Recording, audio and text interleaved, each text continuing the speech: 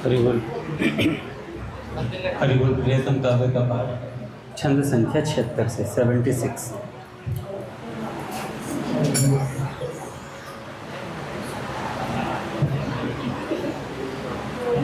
ललितां भामयीं धेयां रामदत्तापदाभिधाम्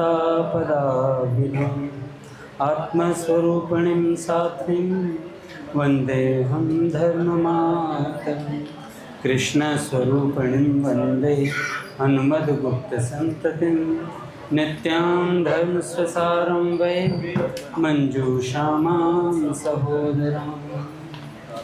जय जय प्रियतम जय जय प्रियतम जय जय प्रियतम जय जय प्रियतम जय जय प्रियतम जय जय प्रियतम जय जय प्रियतम जय जय प्रियतम।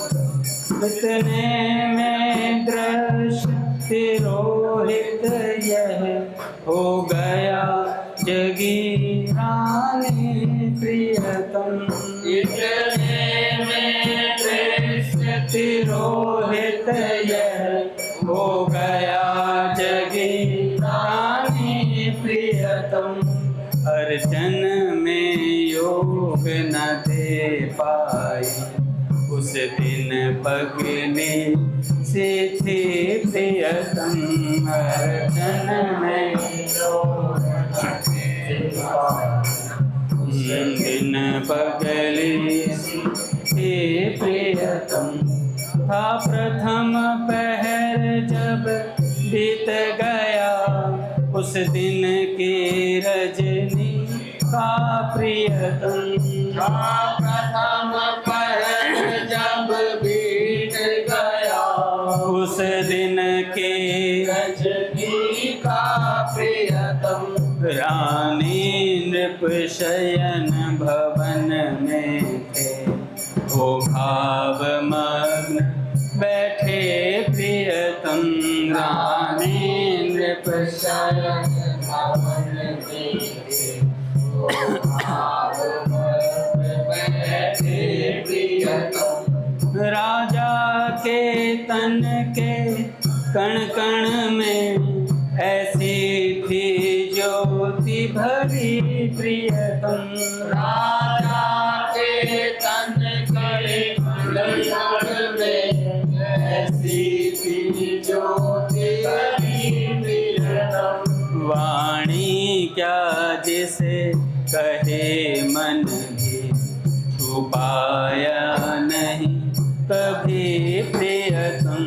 वाणी क्या जिसे कहे मन भी छुपाया नहीं कभी प्रियतम।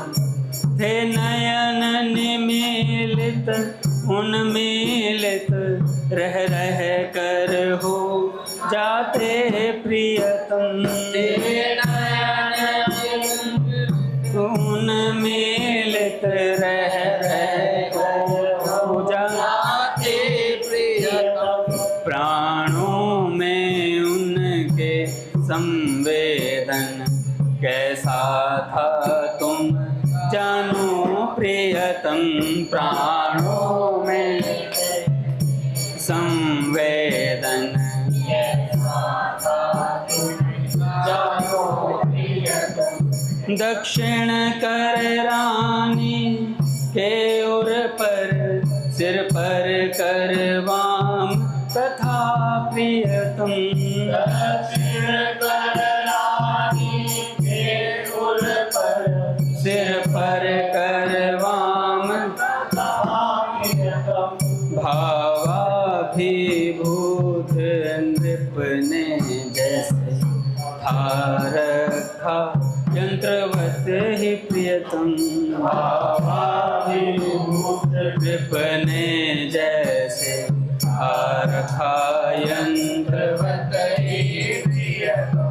संक्रमित उसी क्षण तेज पुंज रानी के अंगों में प्रिय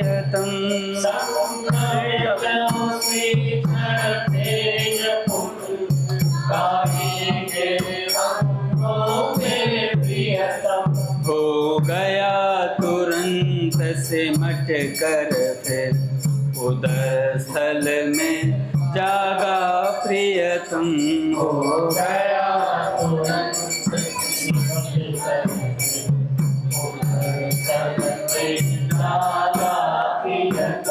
संज्ञा विहीन अवनीश हुए रानी की गोदी में प्रियतम संज्ञा विहीन अवनीश हुए रानी की गोदी में प्रियतम थे बड़े 30 पलक तक जग कर वैसे ही फिर रोए प्रियतम के बड़े 30 पलक तक जग कर वैसे ही फिर रोए प्रियतम उन महिमामयी जगत्रय की जननी ने तब उनको प्रियतम उन महिमामयी जगत्रय की जननी ने तब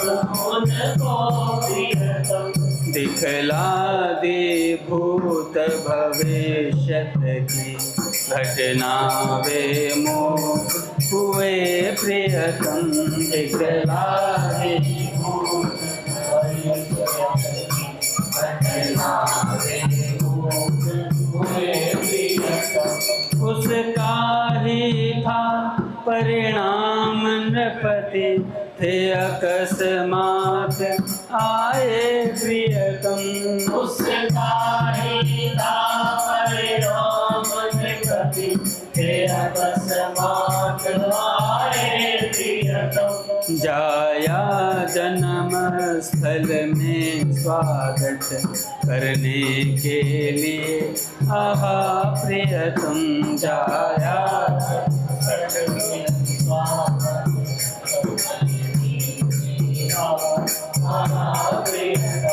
असमोघ महा महिमा के प्राण असमोघ महा महिमा में के प्राणों की देवी का प्रियतम असमोघ महिमा में के प्राणों की देवी का प्रियतम बेटी हो उनकी प्रकट भी होने वाली जो थी प्रियतम बेटी हो उनकी प्रकट भी होने वाले जो थी प्रियतम जय जय प्रियतम जय जय प्रियतम जय जय प्रियतम जय जय प्रियतम जय जय प्रियतम जय जय प्रियतम जय जय प्रियतम। बोलिए राधा माता सरकार की जय। पूज्य श्री भाई जी महाराज की जय। पूज्य श्री राधा बाबा की जय। पूज्य मैया की जय। अपने प्यारे भैया की जय। पूज्य दादा की जय। भक्तवत्सल भगवान की जय। हरि बोल। बड़े सौभाग्य का क्षण है कि आज भी हमें सत्संग और कीर्तन का परम लाभ प्राप्त हो। पहले सेठ जी कुछ वाक्य सुनते हैं, उसके बाद पूज्य संतोष बहन जी का जीवन चरित्र आगे सुनते हैं।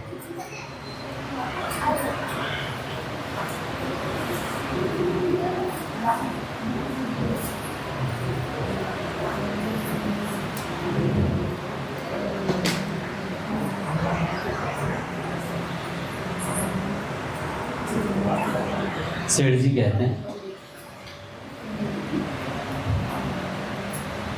प्रभु का अनन्य चिंतन, निरंतर चिंतन करें, दूसरे का स्मरण हो ही नहीं।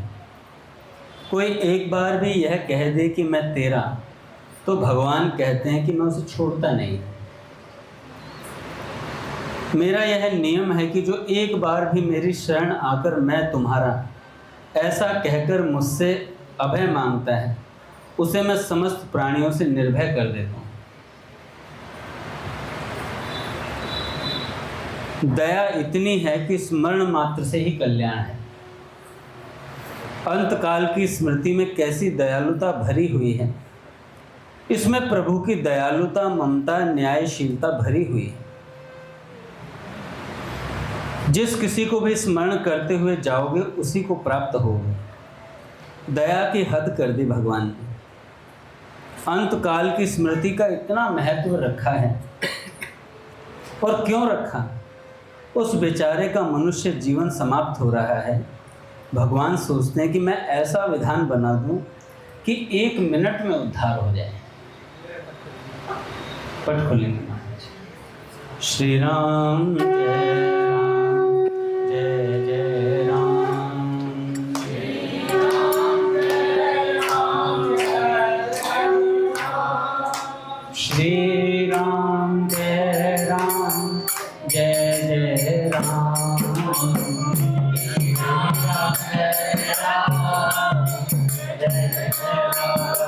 श्री राम जय राम, जय जय राम। श्री राम जय राम, जय जय राम। जय जय श्यामा, जय जय श्यामा।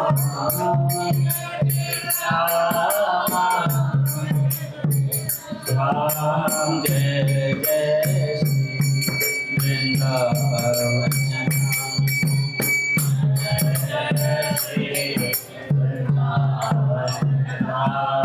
बोलिए राधा माधव सरकार की।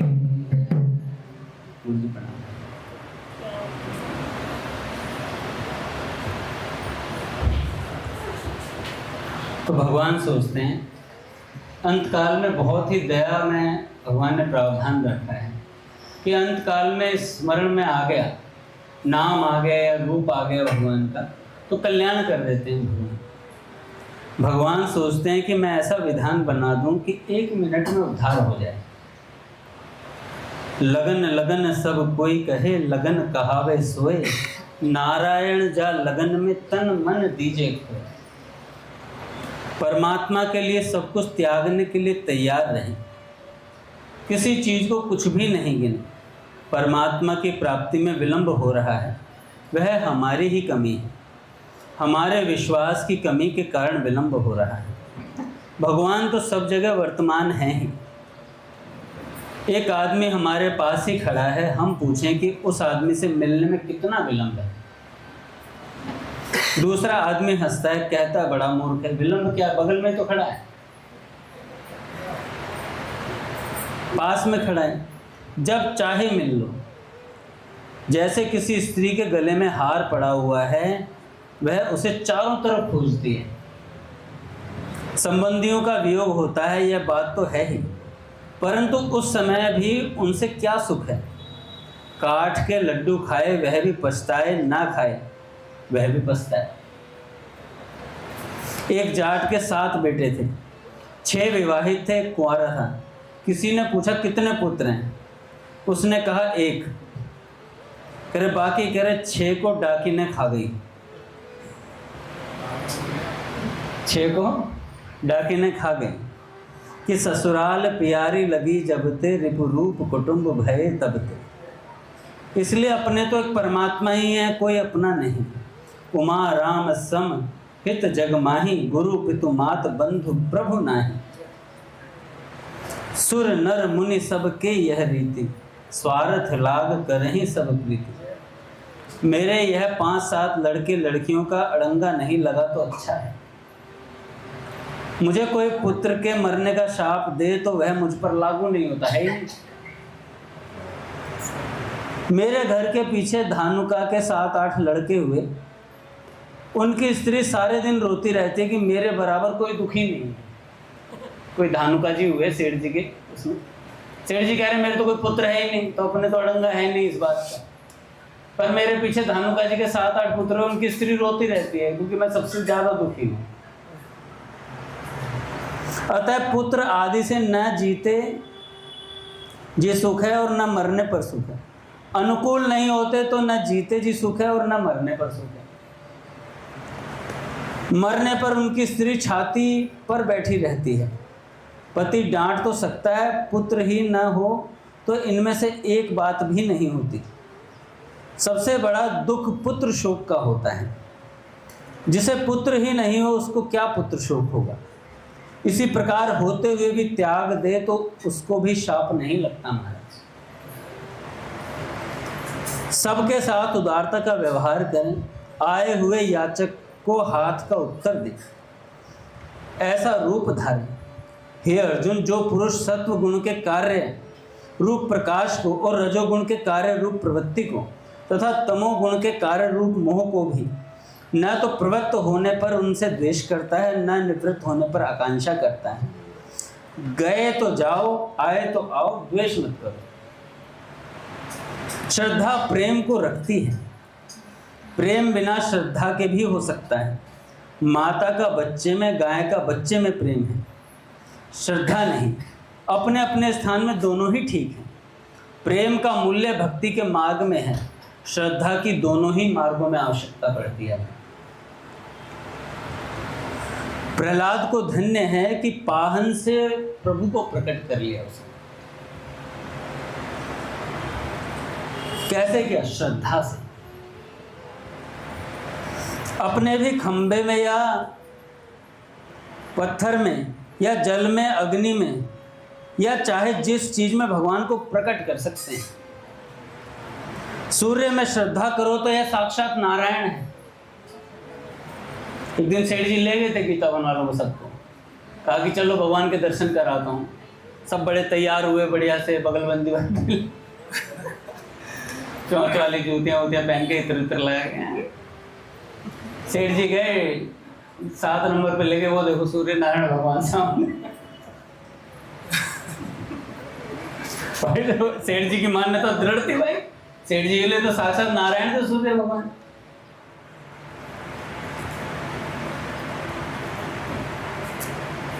तो अपने भी प्रकट कर सकते हैं, बस श्रद्धा होनी चाहिए। देखो बिना आधार के तो दुर्दशा ही दुर्दशा है। किसी का तो आधार होना चाहिए। अपने ऊपर कोई एक शासन करने वाला होना चाहिए। स्वतंत्र रहा तो डूबा, सेठ जी कहते हैं। शास्त्र नहीं माने तो पाप कौन माने। जितने पाप हैं शास्त्र ही तो उनका निर्णय करता है। शास्त्र का शासन है या ईश्वर का भय है या महात्मा का शासन माने। रोगी वैद्य की बात माने तो कुपथ्य नहीं करेगा। कुपथ्य करेगा तो रोगी मर जाएगा, उसके शासन से कुपथ्य से बचेगा। इसी प्रकार महात्मा का शासन मानकर पतन से बचना है। नीची योनियों में गिरना ही उसका नाश है। परलोक ईश्वर महात्मा में श्रद्धा है, यही पापों से बचने का उपाय है। भगवान महात्मा परमात्मा सभी तो हैं। श्रद्धा न भी हो तो भी अच्छे पुरुषों की बात मानकर काम करें तो श्रद्धा उत्पन्न हो जाती है। सत्संग में प्रीति न भी हो तो सत्संग में जाते जाते सत्संग में प्रेम हो जाता है। विद्या में प्रीति न हो तो भी स्कूल जाते जाते मन लगने लग जाता है। भजन करते करते भजन में प्रेम हो जाता है। पित्त की बीमारी है, मिश्री खाते खाते मीठी लगने लगती है, तो समझ लो पित्त का रोग मिट गया। भगवान का भजन अमृत में है, भवरोग के कारण ही मीठा नहीं लगता। भजन करते करते ही मीठा और प्यारा लगेगा। दवाई समझकर भी भजन करें तो भी पापों का नाश कर देता है। जिनको भजन का आनंद आ गया वे तो भगवान से मिलने का सवाल ही नहीं करते। सेठ जी कहते हैं भगवान मिलने पर भजन तो होगा ना। यदि भगवान के मिलने पर भजन ध्यान छूट जाए तो वह भगवान के मिलने की आवश्यकता ही नहीं समझते। प्रेम का तत्व भगवान अधिक जानते हैं। कितना भजन करने से भगवान मिलेंगे, यह बात उठते ही प्रेमी बोल उठता है। कितना भजन करने से भगवान मिलेंगे, यह बात उठते ही प्रेमी बोल उठता है, राम राम यह क्या ले उठा। भजन करने में तेरा हाथ क्या कांटों में जाता है। जिनको भजन भारी लगता है उनके लिए 3.5 करोड़ मंत्र जप की संख्या बताई गई है। हम तो अपने जीवन को भजन पर ही निर्भर कर दें, भगवान के मिलने का सवाल ही न उठावें। कोई पूछे कि आपको भगवान मिले कि नहीं, अरे राम राम, यह आपने क्या कह दिया। सिर ये तो आपने क्या कह दी। कहाँ मैं तुच्छ व्यक्ति और कहाँ भगवान। आपने कहा कि मैं भजन करता हूँ, यही तो हमारे कलंक है। भगवान के घर में भी यदि न्याय हो तो मेरे जैसे पामर को भगवान का दर्शन कहाँ। देखो सेठ जी बड़ा गूढ़ सोचते हैं। सेठ जी की सोच में दादा एक प्रवचन पढ़ा था। सेठ जी ने कहा कि प्रहलाद जी को इतना दुख क्यों भोगना पड़ा, क्योंकि उन्होंने अपने भजन को प्रकट कर दिया। कह रहे अगर प्रकट नहीं करते भजन को तो इतने कष्ट नहीं झेलने पड़ते, अपना भजन करते भगवान की प्राप्ति करते निकल लेते। सेठ जी बड़ा कह रहे हैं, कहते हैं इसलिए साधक को भजन छिपाना चाहिए। कह रहे नाम का प्रचार करना है, अपनी माला नहीं बतानी है कि मैं इतना भजन करता हूँ, 61 माला कर रहा हूँ। प्रभु जी आजकल देख रहे हो चेहरा उल्टा उल्टे रहता है। चमक अलग है, फेयर एंड लवली इतनी चमक नहीं ला पाएगी जितनी 61 माला ला रही। बात तो सत्य है।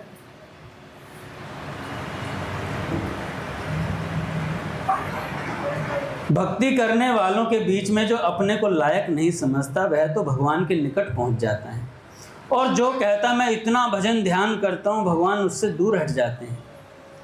कि यह दुनिया से प्रमाण पत्र चाहता है, मेरा दर्शन दुनिया करा देगी क्या। यह समझता है, चाहता है कि दुनिया मुझे सबसे श्रेष्ठ माने, वह सबसे नीचा व्यक्ति है, वह सबसे नीचा है। भगवान कहते हैं दुनिया यदि तुमको सबसे बुरा माने तो तेरी क्या हानि है, जब मैं तुझे सबसे श्रेष्ठ मानता हूं। दुनिया से तो अपने गुण छिपाने चाहिए। अधिकांश व्यक्ति भगवान का भजन पूजन भगवान के लिए नहीं करते, अपितु अपने पूजने के लिए करते हैं कि हमारा पूजन हो जाए, 2-4 लोग हमें देख लें कि हम लोग सोडस तिलक लगा के चल रहे हैं या जो भी कर रहे हैं, हमारा कुछ हो है बगलबंदी वगैरह। देखो साफ कपड़े पहनने का हर्ज नहीं है, आप पहनिए साफ कपड़े पहनिए, उससे कोई दिक्कत। बगलबंदी भी पहनिए, पर मन में अगर ये भाव आ रहा है मेरी बगलबंदी की 2-4 जने तारीफ कर दें, गुरु जी वहां गई भैंस पानी में। यहाँ तो ज्यादा नए कपड़े पहनते हैं, उसे शर्म सी आती है। सच में कर दिया सच में शर्म से आते हैं। अरे कोई देख ले यार तो नए कपड़े पहन के आया है, अरे इसलिए पुरानी टी-शर्टें घसीटता हूँ। खूब बढ़िया से अब ढीली भी हो गई।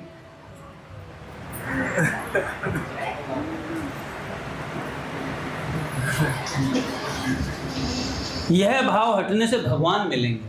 अगर हम अपनी पुजावट चाहते हैं, अच्छा अनुभव भी किस लिए चाहते हैं, 2-4 जने जान जाए तो लगे भैया ये भगवत प्राप्त महात्मा है टाइप का बंदा है, तो इसकी जय जयकार हो जाए। मैं एक बार जलंधर गया था, उसके बाद से मेरा जाने का कम मन रहता है। भैया आपके ही घर गया था। अच्छा वहाँ विनीत भैया बड़ा आदर करते। भैया वो आदर इसलिए नहीं करते कि हम बहुत बड़े भक्त हैं या कुछ बात है, उनके मन में सच में भक्ति का आदर है। और हमारे पूज्य भैया की वजह से हम भक्तों का इतना आदर करते हैं, भगवत तुल्य मानते हैं हम लोगों को। ऐसा तो मैं जब सुबह पहुंचा गौरव भैया, तो विनीत भैया आरती की थाली लिख रहे थे। मैं कहा कहाँ जाऊँ मैं दादा सच में यार, मैं कह रहा घर में बड़े भी थे, सब बड़े थे। मैं कहा मेरी आरती मेरे डंडों से करनी चाहिए मेरी, तो मैं सच बताऊं। लेकिन फिर भी क्या होता है ना, एक भीतर ना वो क्या कहते हैं उसे, एक मान की ना, एक सम्मान की चाह बनी रहती है। अच्छा तो लग रहा था, 2-4 बार और कर दो। पर फिर मन में ये बात आ रही थी, जिस पुजवा तो रहा है वो चीज है नहीं जिसके लिए तो पुजवा रहा है। ये पूजा सम्मान सब हमारे पूज्य भैया की वजह से होता है हम लोग को। नहीं तो हमें कौन कहाँ मलुक पिट सर का हम जैसा मुंह देखेंगे क्या लोग, वो संत लोग। गीता भवन में हमारी एंट्री नहीं थी, बड़ी मुश्किल से 5 नंबर में गए थे, वहां एंट्री नहीं करी तो फिर पर्चा लिखवा के तब जाकर तो गीता भवन में एंट्री मिली थी। ये आप अगर होना चाहिए। गोपाल जी दामानी जी के पास जाओ, हमारे पिताजी दामानी जी पिताजी उस समय चेयर पे बैठते थे, वहां पर फिर पर्चा लिखवा कर लाए थे तब परमिशन मिली थी। वो समय भी बड़ा विलक्षण था भैया, 4 जने बैठते थे तो भगवान की बात होती थी। गीता भवन नंबर 5 के उस पे हॉल के ऊपर जब हम सबसे ऊपर छत पे बैठे थे, आज भी वो दृश्य याद है, पर हम भूल जाते हैं। जैसे यहाँ पे भी बालक रुकते हैं ऊपर मंदिर पे, हम भी रुकते थे, मैं भी रुकता था, हमारे माही भैया रुकते थे, हमारे शाश्वत प्रभु हो गए, कई बच्चे थे अपने पीयूष प्रभु में रुकते थे। तो हम लोग क्या करते, मैं एक चरित्र सुनाता। अच्छा, हम क्या खाते नहीं थे क्या, प्रसाद भी पाते थे, दूध भी पीते थे, कुल्लड़ में चैतन्यपुर के घुटने भी घिस गए थे, रगड़ गए थे बेचारे। लेकिन एक बात थी, सत्संग करो।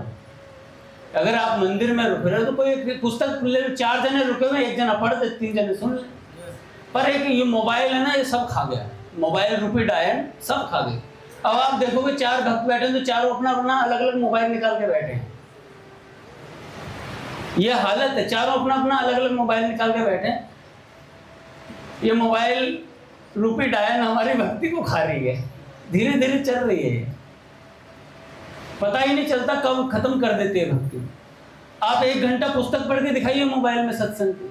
मैं बताता हूँ, सच्चर्चा blogspot.com पे जाइए, स्वामी जी का सत्संग है, रोज का सत्संग आता है उस पर, जाइए उस पर पढ़िए सत्संग 1 घंटा, नहीं पढ़ा जाएगा। और वहीं आपसे कह दो इंस्टाग्राम पे अंगूठा चलाना है, अरे 2 घंटे निकल जाएंगे, आपको पता नहीं चलेगा, पूरी रात बीत जाएगी और फिर आप गाओगे निंद्रा नहीं होगी, पूरी रात बीत जाएगी। तो बात ऐसी ही है। तो भजन करने में कम मन लगता है। अब तो अपना बाकी जीवन भगवान के अर्पण कर दो। मन से पूछो कि तुम्हें क्या चाहिए, चुगली चपाटी चाहिए, बातें चाहिए, या भगवान का भजन चाहिए। रोज अपने आप से पूछो भाई। और नहीं पूछा जा रहा है तो सत्संग की कोई पुस्तक निकाल लो, अपने आप पूछ लेंगे सेठ स्वामी जी, अपने आप पूछ लेंगे, संत जन अपने आप पूछ लेते हैं। और नहीं पूछोगे तो बता देंगे तुझे क्या करना चाहिए। पूज्य भैया ने कहा प्रेम सत्संग सुदामाला, सीता के आधारशिला, सत्संग के बिखरे मोती, या साधक में साधुता, ये सब पुस्तकें उठाओ भाई। कब उठाओगे, कौन सा मतलब मुहूर्त निकलेगा क्या, या नारियल फोड़ूंगा किसी दिन, उस दिन भैया आज आ जाओ हवन होगा और अब चलो करेंगे शुरुआत, यही समय है। अब जैसे मैं कितना ही कोशिश कर लूं, 40 से ऊपर की उम्र होगी, जिम जाने की कोशिश करूं, नहीं जाऊंगा जी, नहीं जा रहा, मन नहीं कर रहा, शरीर में वो वाला बल भी नहीं। 20 साल के होते तो अपना जिम विम जाके बॉडी वॉडी बनाते, अब 40 साल की उम्र में जाके ना समय का नाश। थोड़ा बहुत शरीर को स्वस्थ रखने के लिए योगा वोगा कर लो भाई, अपना समय भजन में लगाओ। सच बता रहा हूँ, 40 की उम्र होगी, अब पर्चा कभी भी कट सकता है, कट तो पहले भी सकता था। 40 से पहले कोई अमृति नहीं पी रखी थी हमने, 40 से पहले नहीं मरेंगे, मरेगा कोई भी, कभी भी मर सकता है। तो अब 40 के हो गए हैं तो भी हमें विचार करना चाहिए। अरे हमारे भैया ने 30 साल की अवस्था में देखो कैसी भगवत प्राप्ति जैसी वस्तु प्राप्त कर ली हमारे पूज्य भैया। पूज्य भैया एक दिन कह रहे थे, जिस उम्र में तुम टल पल हो रहे हो ना, टुल पुल चल रहे हो, इस उम्र में तो आग लगी पड़ी थी भगवत भक्ति की, चैन नहीं पड़ता था, क्या कर दूं क्या नहीं कर दूं। और हम आराम से बैठे हुए कि चेतन हो जा रे मुसाफिर, गाड़ी आने वाली है, आने वाली है, बड़े घर जाने वाली है।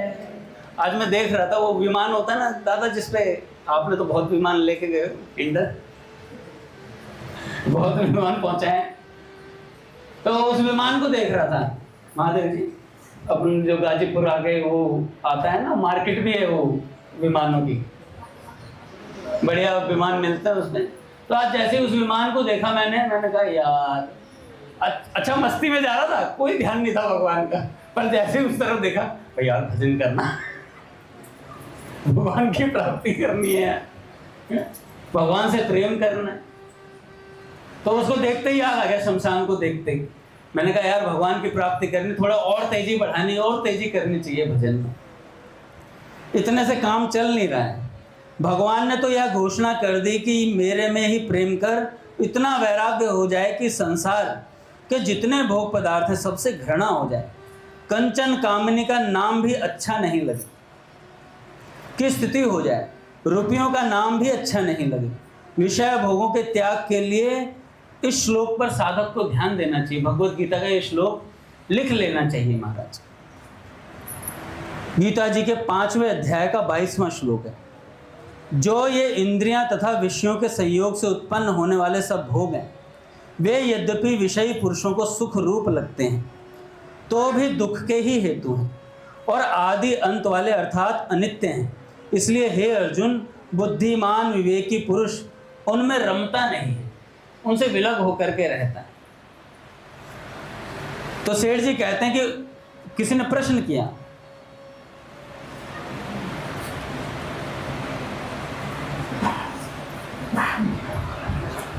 हाँ, सेठ जी कहते हैं युवा से युवा स्त्री स्पर्श करे, इंद्रियों के भी हाथ लगाए तो भी जिसके काम विकार नहीं हो, वही सबसे बढ़कर महापुरुष है। देखो, सेठ जी ने एक बात बोली थी। सेठ जी ने कहा था कि मुझे किसी चीज ने इतना परेशान नहीं किया जितना काम विकार ने किया परेशान। उसके लिए सेठ जी क्या करते थे? आदित्य हृदय स्तोत्र का पाठ करते थे। सेठ जी आदित्य हृदय स्तोत्र उसका पाठ करते थे। तो देखो, इतने बड़े महापुरुष, कारक पुरुष माने जाते हैं सेठ जी, साक्षात नारायण का स्वरूप। जिसको कह दें उसे भगवत प्राप्ति करा दें, तो भी वो हम जैसे वो सीख देने के लिए बताते हैं, भाई सब चीज से बच के रहें, ये सबसे ज्यादा खतरनाक वस्तु, ये सबसे ज्यादा खतरनाक वस्तु, और हमें उसी पे लालाई। जगन्नाथ जी के भक्त हुए, कहते हैं कि बड़ा अच्छा गायन करते थे भगवान के लिए। तो गायन करते करते एक दिन क्या हुआ, कोई माता जी आ गई तो उन्होंने गायन सुन लिया। अगले दिन से सारे राग उन्हीं के लिए होने लगे, सारे राग उन्हीं के लिए गाने लगे। फिर जगन्नाथ जी की रथ यात्रा होती है। दादा आपके नाम राशि भक्त थे, याद आ गया। कहते हैं भगवान के जैसे पार होते हैं ना सखा, जैसे कुंभन दास जी वगैरह सखा, ऐसे भगवान जगन्नाथ जी के भी सखा हैं। उनमें से बलराम दास जी हुए थे। तो उनको जब ऐसी आसक्ति हुई तो पंडों ने क्या करा कि पंडों ने कहा, क्योंकि सबसे पहले वही पूजन करते थे जगन्नाथ जी का, और जब पूजन करते तो जगन्नाथ जी को बड़ी प्रसन्न, रथ यात्रा होती तो सबसे पहले वही पूजन करने आते थे। तो अब उन्होंने क्या किया कि वो जो माता जी आती थी ज्यादातर समय उन्हीं के साथ बीतता। वो मंदिर आते तो वो भी मंदिर आते, वो मंदिर नहीं आते तो वो भी मंदिर नहीं आते। तो पूरा इस तरीके का उनका व्यवहार बन गया। सब पंडों को जानकारी मिल गई कि भाई ये क्या हो गया। अब उन्होंने कहा कि भाई इसे बाहर निकालो, इसे इस व्यवस्था से बाहर निकालो, और इनका प्रवेश नहीं होगा, रथ यात्रा में भी इनको एंट्री नहीं मिलनी चाहिए। अब ऐसी बात बोल दी, और महाराज भक्त तो भक्त होता है। देखो, अब वो बलराम दास जी जो थे समंदर के किनारे बैठे थे। रथ यात्रा का महोत्सव शुरू हुआ। तो उनके मन में विकलता उत्पन्न हुई। देखो, जो भक्त होगा ना और उसकी कोई सेवा होगी, उसको कोई सेवा दी गई होगी, तो भगवान याद दिलाते हैं उस सेवा को। तो भगवान ने याद दिलाया जगन्नाथ जी ने कि भैया तेरी सेवा है, जगन्नाथ जी के पूजन तेरे को करना होता है। तो उनके मन में आई, तो उनको पंडों ने जाने नहीं दिया, और वो उदास हो गए, निराश हो गए, और बड़ा पश्चाताप हुआ इस बात का कि मेरी किसी वृत्ति के कारण, मेरे कुपत्थे के कारण मुझे जगन्नाथ जी की सेवा नहीं मिल पाई। अब गए और जाके समंदर के किनारे रथ बनाया मिट्टी का, बालू का, और उसमें जगन्नाथ जी विराजित के, गोल गोल आंख बना दी, उसमें विराजित किए और उनका पूजन शुरू कर दिया।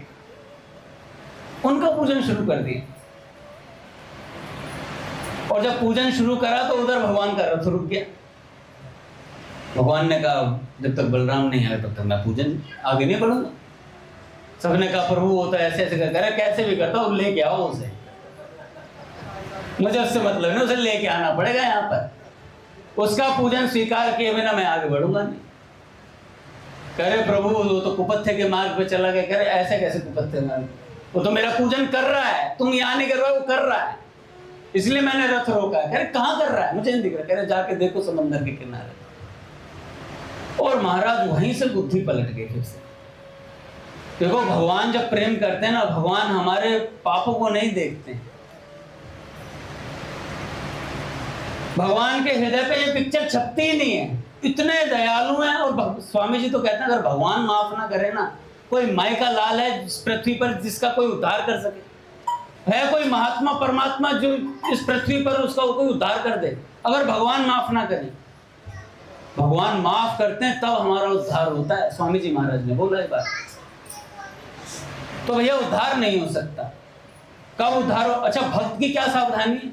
भक्त को यह सावधानी रखने की भैया मैं विचलित ना हो जाऊं। हर कार्य को करने से पहले देखना पड़ेगा कि ये क्या मेरे प्यारे प्रभु को ये पसंद आएगा। अगर ये बात देखने लग जाएंगे तो पता चल जाएगा कि हम गलत कर रहे हैं, सही कर रहे हैं।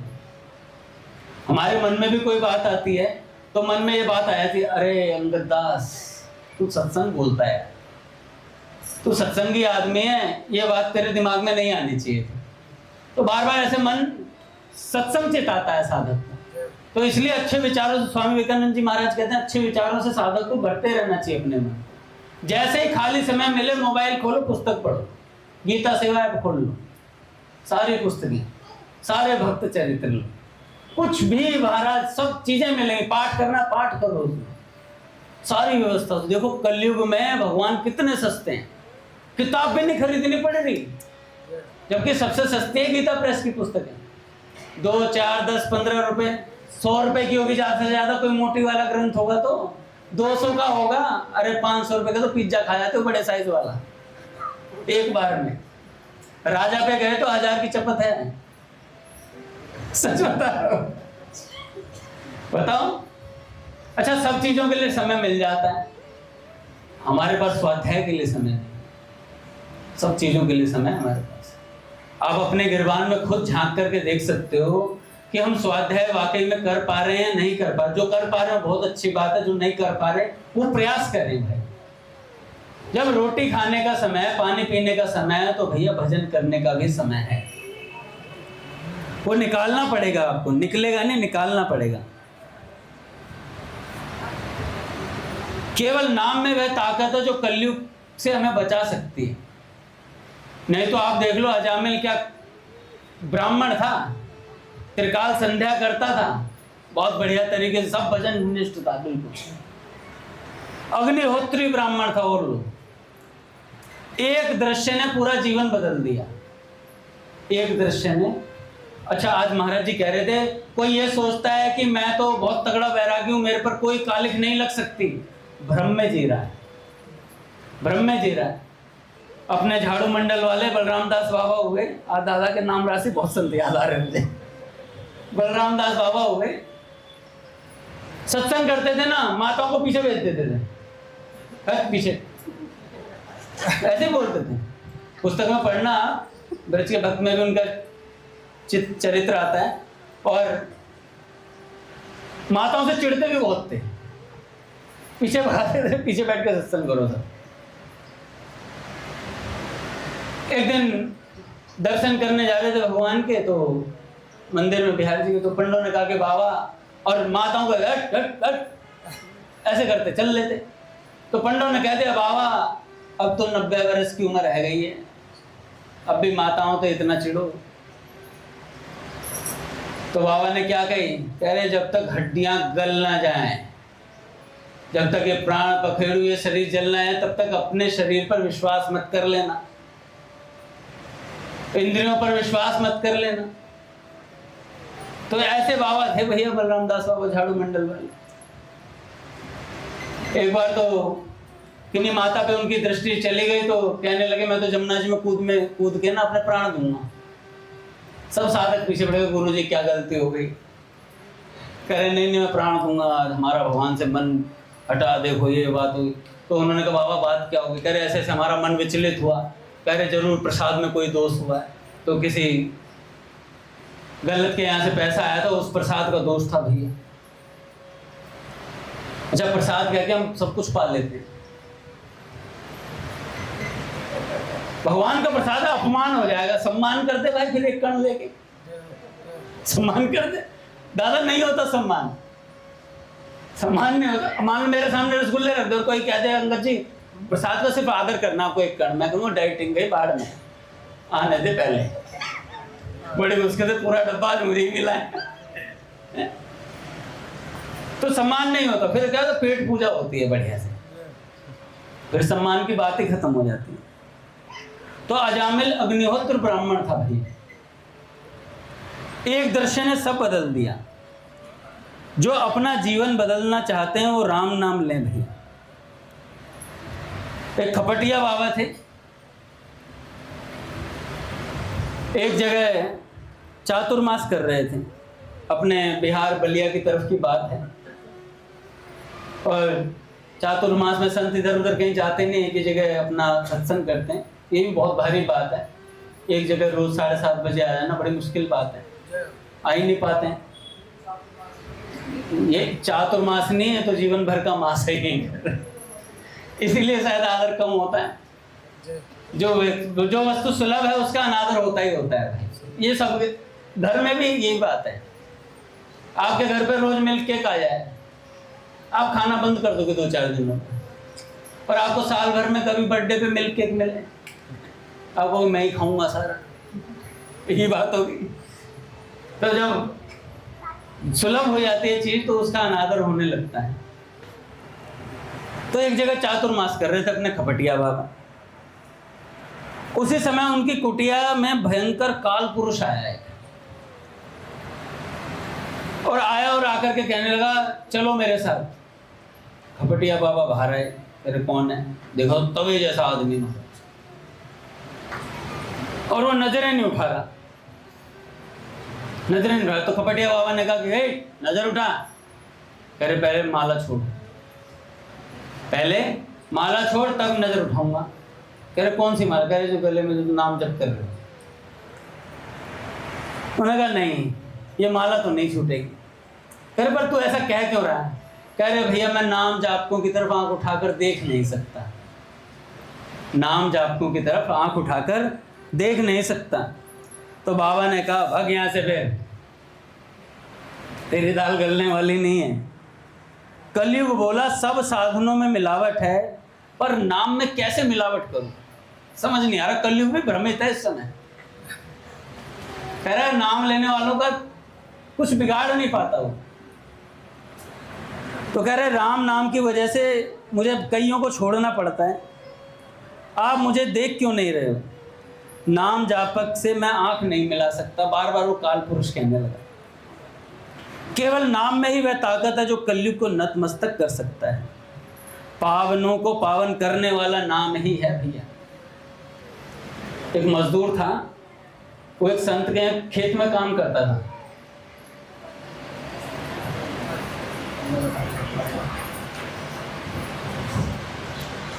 एक संत के यहाँ खेत में काम करता था मजदूर। अच्छा उसे ना मछली खाने का शौक था दादा, मजदूर को मच्छी सबसे अच्छी,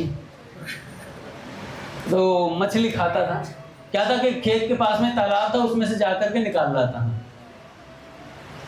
और अपना खा लेता। अच्छा वो संत इतने अच्छे थे कि अपने खेत के सभी मजदूरों के लिए बिना प्याज लहसुन का बना करके लेके जाते थे,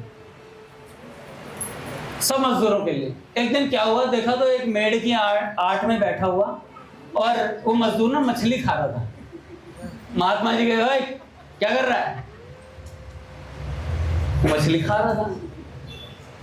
और जैसे संत ने देखा तो संत को बड़ा गुस्सा आया। कह रहा भाई देख बात ऐसी, मैं तेरे लिए बिना प्याज लहसुन का बना के लेके आता हूँ, विदाउट ऑनियन गार्लिक बड़ी मुश्किल से मिलता है, या तो बम बम बना रहा है। अबे दे रहा है ना, कूड़ा खाने से तो अच्छा है खा ले महंगी।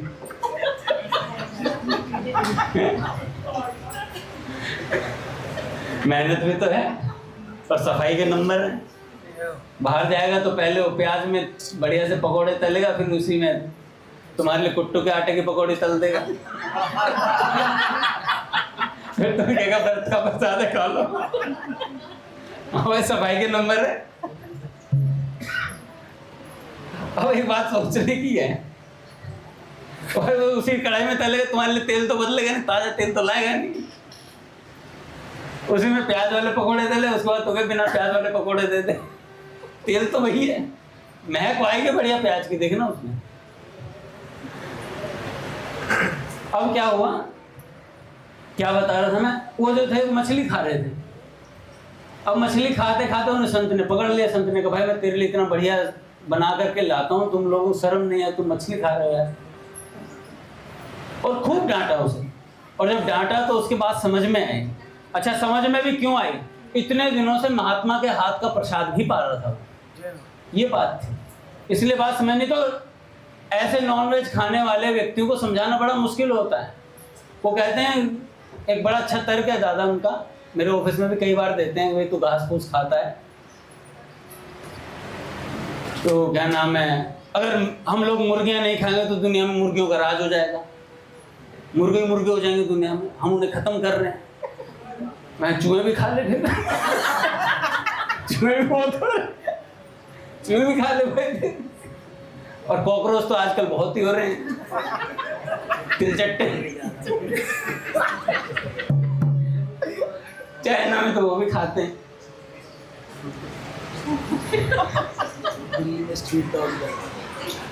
तो उन्होंने पकड़ा और उन्होंने डांटा खूब, और उसके बाद उन्होंने कहा कि देखा आज के बाद मत खाना बेटा, मैं तेरे जो कहेगा वो वैसा बना के लाऊंगा बढ़िया, और बता ब्रेड पकोड़े बना के लाऊंगा, बता बढ़िया बढ़िया चीजें। तो उन्होंने कहा ठीक है आज से नहीं, और उन्होंने नियम ले लिया। और उन्होंने कहा कि महाराज एक बात बताओ, मैं तो बचपन से खाता आ रहा हूँ, हमारे घर में ही खाते थे, अब हमारे पापों का शमन कैसे हो? उन्होंने कह दिया कि बेटा राम नाम जप, पीछे क्या हुआ वो भगवान काट देंगे, भगवान हिस्ट्री देखते ही नहीं, पास्ट नहीं देखते भगवान, क्या किया क्या नहीं किया, सब पे कट्टस हो जाता है तत्काल, जैसे ही साधक निर्णय करता है। पर एक बात ध्यान रखना, ये श्लोक का आश्रय लेकर के पाप नहीं करने, नहीं तो वज्रलेप भी हो जाते हैं भाई, हैं? अपिच्छेत्सु दुराचारो भजते माम अनन्य भाग, भगवान ने कहा दुराचारी से दुराचारी भी हो तो उसे साधु मान लो, पर कब, ये बात भी पढ़नी है। उसमें भगवान ने लिखा श्लोक में, जिसने दृढ़ निश्चय कर लिया कि अब से पाप नहीं करूंगा और दृढ़ निश्चय होकर के भजन करूंगा, उसको असाधु मान लो। दृढ़ निश्चय की महिमा है यहाँ पर। और उन्होंने मान ली बात, राम नाम जपने लगा। अच्छा, ऐसा जपने लगा, संत महात्मा की बात थी, महात्मा के भजन का भी बल का प्रभाव था, और खूब भजन करने लगा। गुरुजी बिना माला के भजन करता था, हाथ पे उंगलियों से गिनता। इतना अभ्यास पड़ा, खेत में जैसे ही काम से निवृत्त होता तुरंत नाम जप करने बैठ जाता एक पेड़ के नीचे, हर समय नाम जप, भगवत स्मरण का ऐसा अभ्यास हो गया, नाम स्मरण का ऐसा अभ्यास हो गया, हर समय नाम जपता रहता, माला हो या ना हो, राम राम राम राम राम राम राम राम राम राम राम, ऐसे झड़ी लगा रखी। एक दिन दादा उसके प्राण छूट गए, सारा शरीर जैसे मृत प्राय होता है वैसे ही होता है। उसके हाथ का अंगूठा हिल रहा था, उसके हाथ का बस अंगूठा हिल रहा था। सबने देखा कि भाई ये तो मर गया है, पर अंगूठा हिल रहा है, तो शरीर नहीं जलाया गया उसका। अच्छा, मर करके कहाँ पहुंचा? मर करके सीधा यमराज के पास पहुंचाया गया, यम के दूत उठा ले गए। यमराज जी के पास गए तो यमराज जी ने देखा भाई चेहरे पे तेज, नाम जाप तुम चेहरे पे तेज आ ही जाता है भैया, और इतना भजन किया था, इतनी लगन से किया था। तो यमराज जी ने देखा भाई किसे उठा लाए, पिटवाओगे क्या? ये तो नाम जापक है। अरे महाराज इसका नाम ये था, अरे इस नाम का व्यक्ति दूसरे गांव में भी था, गलत एड्रेस से उठा लाए बंदे को, गलत एड्रेस से ले आए। तो उन्होंने पूछा कि महाराज ये क्या, कौन सी जगह है? तो यमराज जी ने बताया कि भाई ये लोग है और ऐसे ऐसे तुम्हें गलत उठा के लाया गया, तुम्हें वापस जाना पड़ेगा। कह रहे पर मृत्यु तो मेरी भी होगी। कह रहे हाँ मृत्यु तुम्हारी भी होगी, पर तुम यहाँ नहीं जाओगे, तुम सीधा साकेत धाम जाओगे। राम जी का तुमने नाम जप किया है, राम जी से तुम्हारी प्रीति है, और तुम साकेत धाम जाओगे फलानी तिथि को जाओ। अब ऐसी बात बोल दी। अच्छा, इससे पहले एक घटना और घटी थी, समय हो गया, बस 2 मिनट में कंप्लीट करता हूँ। इस घटना से पहले एक घटना और घटी थी। उनके स्वप्न में एक महात्मा आए थे। उन महात्मा ने कहा कि नाम जप करेगा तो तू जल जाएगा, नाम जप छोड़ दे। उन्होंने स्वप्न में ये दृश्य देखा था। तो अगले दिन सुबह उठते ही जो खेत के मालिक थे, जो उनके गुरुजी थे, जो महंत थे वहां पे, उनसे जाके बोला, महाराज जी ऐसे ऐसे बात हुई, एक महात्मा आए और उन्होंने कहा नाम जब छोड़ दो वरना तू जल जाएगा। तो महंत जी ने पूछा, तूने क्या कहा? गुरुजी मैंने उससे बोल दिया जल जाऊं चाहे आग लग जाए पूरे शरीर में, पर नाम नहीं छोड़ूंगा। अरे बहुत बढ़िया, यही चाहिए था। अगले दिन फिर वही महात्मा स्वप्न में आए और गुरुजी लड्डू दे करके गए, लड्डू दे करके गए। और अगले दिन आके गुरु से बोला, गुरुजी आज तो लड्डू दे कर गए। कह रहे स्वाद आ रहा है अभी भी? कह रहे हाँ हमारा स्वाद आ रहा है लड्डू का। कह रहे वो परीक्षा लेने आते हैं महात्मा, ये नाम छोड़ेगा या नहीं छोड़ेगा भय से। पूज्य श्री प्रेमानंद जी महाराज, पूज्य श्री भाई जी भी यही बात कहते हैं, साधक के जीवन में भय और प्रलोभन आते हैं। जब वो भगवान की तरफ बढ़ता है भय आएगा और प्रलोभन भी आएगा। तो वो जो संत थे भैया, जो नाम जपने वाले थे मजदूर, यमराज जी ने बोला तू राम जी के धाम में जाएगा और फलानी तिथि को जाएगा। वो वापस आया, जीवित हो गया, अंगूठा हिल ही रहा था, सबने देखा भाई वो जीवित हो गया। आया और गुरु से जाकर कहने लगा, गुरुजी मेरे को तो यमराज जी के पास ले गए थे, ले जाना किसी और बंदे को था, ले गए मुझे। और उन्होंने कहा कि यमराज जी ने कहा कि तू इस दिन को जाएगा और तेरे को राम जी के लोक में जाना है, साकेत धाम में। तो गुरुजी ने कहा बिल्कुल सही बोला उन्होंने। और दादा वो जब संत गए, वो जो मजदूर था संत ही हो गया भैया, वो इतना नाम जपा। उसी तिथि को जो यमराज जी ने बताई थी, उसी तिथि को गया और सीधा साकेत धाम गया, सीधा साकेत धाम। सोचो कितना उसने नॉन वेज खाया था, क्या क्या पाप नहीं करे थे, फिर भी एक बार एक संत की बात मानने मात्र से उसका कल्याण हो गया और इसी जन्म में हो गया। और भगवान के क्या, यमराज जी के दर्शन कर लिए। यमराज जी कौन है? 12 भागवतों में से एक है भैया। भक्त जाते हैं तो उनका बड़ा आदर करते हैं। बोलिए भक्तवत्सल भगवान की आरती करते हैं।